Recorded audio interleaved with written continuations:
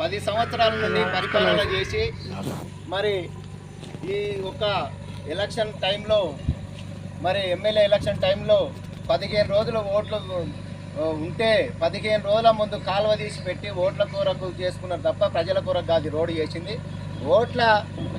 ఓట్లు ఏ విధంగా వేస్తారో మాకు ఎట్లయితే ఓట్లు వేస్తారో అని చెప్పేసి మంచిగా ఉన్న రోడ్డును ఖరాబు చేసి ఈరోజు వర్షపు నీళ్ళకు రాత్ర మరి 1-2 గంటలప్పుడు వర్షం పడితే వర్షం నీళ్ళకు రోడ్డు తెగిపోతే ఆ గుంతలల్లో వచ్చి ఫోటో దిగడానికన్నా కొద్దినన్నా మనసులై పుట్టుంటే సిగ్గు లజ్జ ఉండాలని నేను హెచ్చరిస్తూ ఉన్నాను.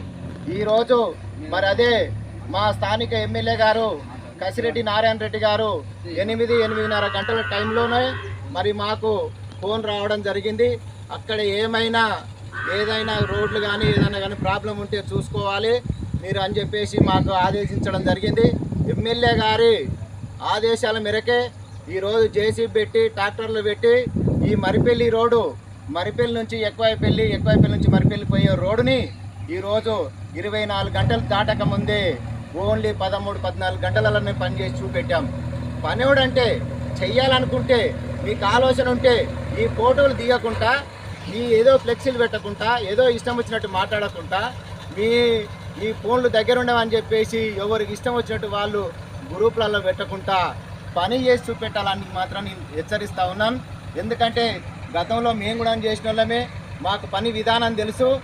ఇప్పటి నుంచి ఈ మరిపల్లి గ్రామంలో కానీ ఎక్కువపల్లిలో కానీ మా కాంగ్రెస్ కార్యకర్తలు ఉన్నటువంటి లీడర్లు మా ఎమ్మెల్యే గారి ఆదేశాల మేరకు ఎక్కడ ఏమి జరిగినా కూడా ఎక్కడ నష్టం జరిగినా కూడా ముందంచలో ఉంటామని కోరుకుంటూ మరి ఈ ఫోటోలు ఆ గుంతలో దిగిరు అప్పుడు కాలువ తీసి గుంతలు ఆ పక్క ఈ పక్క మరి చేసి ఖరాబ్ చేసిన ఎమ్మెల్యేలకు గారి కానీ మరి జిల్లా పరిషత్ మరి జడ్పీ చైర్మన్ కానీ వీళ్ళంతా దశరథ నాయకు మరి అన్నగారు జోగివీరయ్య గారు మరి వీళ్ళంతా వచ్చి ఫోటో దిగిరు. ఎవరు గుంత తీసిరు, ఎవరు ఏం చేసిరు అనేది ఆ విషయం మీకు ఒకసారి గుర్తుండాలి. పెద్దలు కాబట్టి గుర్తు చేసుకొని మీరు వాట్సాప్ చేసి పెట్టవలసిన అవసరం ఉంటుండే.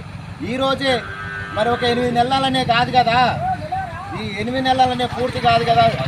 ఈరోజు అందుకొరకే మరి ఎమ్మెల్యే గారు ఆయన ఆదేశాల మేరకు ఈరోజు 24 గంటలు దాటక ముందుకే ఈరోజు మరి 100 మీటర్ల రోడ్డు ఖరాబ్ అయితే పూర్తి చేయడం జరిగింది. అటు కోనాపూర్ దిక్కు 150 మీటర్ల దూరంగా ఖరాబ్ చేయడం జరిగింది. ఖరాబ్ అయ్యింది ఈరోజు వర్షపు నీళ్లకు. కానీ ఎవరో వచ్చి ఖరాబ్ చేయలే, ఇది ప్రకృతి ఖరాబ్ చేసింది.